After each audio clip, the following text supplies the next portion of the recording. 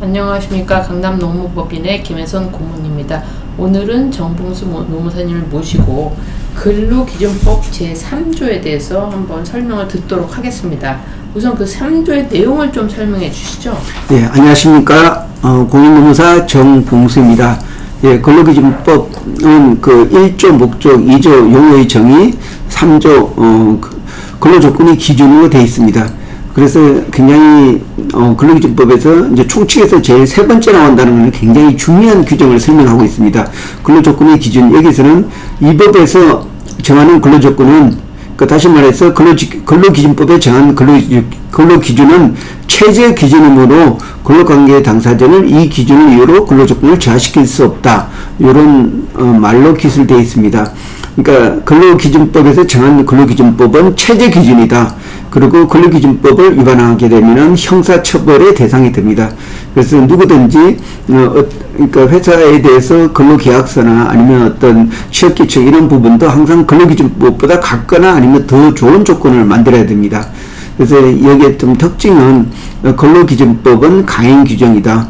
다시 말해서 이 법을 위반하게 되면 처벌이 된다. 그래서 바로 이 근로기준법 3조 근로조건의 기준, 이 법에서 정한 근로조건은 최저 기준이다. 이 부분이 참 중요한 것 같습니다. 네, 그래서 우리 강남노무법인에서 근로계약서 표준 계약서를 만들어 주셨죠? 네, 그렇습니다. 네, 그러면 그거에 따라서 지금 이 계약서는 근로기준법의 거기에 따른 모든 그 조건으로 기본 표준 계약서를 만드셨는데 그것보다 더 좋은 그 근로자를 위한 계약서를 만들어야 된다는 말씀인 거죠? 예, 당연히 뭐 요즘은 그 근로계약서에 근로조건을 정하고 사람들을 채용해야 되는데 우선 뭐 그런 우리 고문님이 질문한 그런 부분은 조금 약간 성격이 다른 게 당연히 외국인 근로자들 같은 경우는 항상 최저 기준으로 그 근로자를 채용하고 있습니다. 그런데 국내 근로자를 고용할 때에는 반드시 좀 더 시장 가격보다 더 줘야지 좋은 인력을 고용을 할 수가 있습니다. 그래서 IT나 이런 데 같은 경우는 엄청난 금액을 줘가지고 이제 어떤 지원자를 모으고 있는데 그렇게 주지 않으면은 그런 유능한 사람이 들어오지는 않습니다. 그런데 근로기준법에도 정하는 것은 최저 기준이기 때문에 어떠한 경우에도 바로 이 근로조건보다는 더 좋은 근로조건을 줘야지 된다. 특히 외국인 근로자들 같은 경우는 사실 비전문직 아니면 또 단순 기능 뭐 이런 부분에서 고용되기 때문에 바로 이 최저 기준으로 대부분 근로자를 채용하고 있습니다. 그렇지만 이 기준보다 더 낮은 조건으로 노사가 동의하더라도 무효가 됩니다. 왜냐하면은 이 근로조건은 최저 기준이기 때문입니다. 그래서 보통 그 신의 성실의 원칙, 보통 신의 측이라고 하는데 이 신의 측에서 서로 노사가 근로기준법보다 낮은 조건을 정하더라도 이 부분은 가행법인 근로기준법인 최저 기준을 위반하기 때문에 무효가 됩니다. 네, 그렇다면 이 그 근로기준법에 따르지 않고 예를 들어서 좀 더 낮은 조건으로 했는데 법에 안 걸리면 그게 지나갈 수도 있는데 문제가 발생하면 이게 다 위반으로 되겠네요. 예, 그래서 노동법이 참으로 좀 다른 법하고 다른 거는 여기에서 노사가 합의해서 그 최저 기준 이하로 정했더라도 이 기준은 사실 무효가 되기 때문에 3년 또한 소멸시효가 적용되고 공소시효까지 되면 5년까지 청구할 수가 있습니다. 그 사업주가 노사 동의해서 최저임금을 지금 9,620원인데 만약에 8,000원을 정했다 하게 되면 그 차액을 3년 내에 소급해서 정할 수 있고 그리고 또 노동법에서는 이 한 사람이 그 법 위반이 되면 다른 근로자도 똑같이 위반을 사항을 찾게 됩니다. 그래서 어떤 집단성도 있습니다.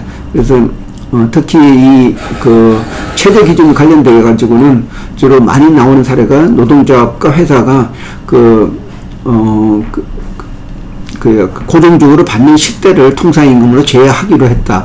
이랬을 때 사실 통상임금은 최저 기준이라고 마찬가지인데 노사가 합의해서 제외하기로 했다. 그건 무효가 되거든요. 왜냐하면 신의측하고 이 가행 규정하고 싸울 때에는 항상 그 신의측이 먼저 적용됩니다. 그런데 근로기준법보다 더 좋은 경우에는 당연히 신의측이 적용되는데 근로기준법보다 낮은 규정을 정할 때에는 그 부분은 무효가 되고 바로 근로기준법의 어떤 규정이 바로 적용된다고 할 수 있겠습니다.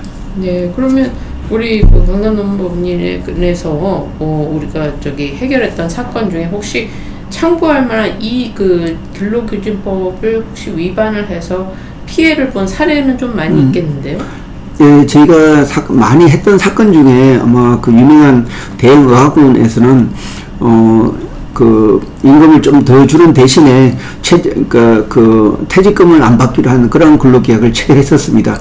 그래서 그 프리랜서 계약을 체결했고, 그래서 처음에 근로자를 채용할 때는 프리랜서 계약 체결하는 대신에 그 퇴직금을 안 받는 조건으로 이렇게 채용된 경우가 있었는데, 그래서 이 학원은 다른 학원보다 급여가 한 100만 원 정도 더 많이 줬습니다. 근데 나중에 이 강사들이 이 노무법을 찾아와서 자기들은 퇴직금을 못 받고 일을 하고 있는데 이게 근로기준법 위반이 아니냐. 그래서 맞다.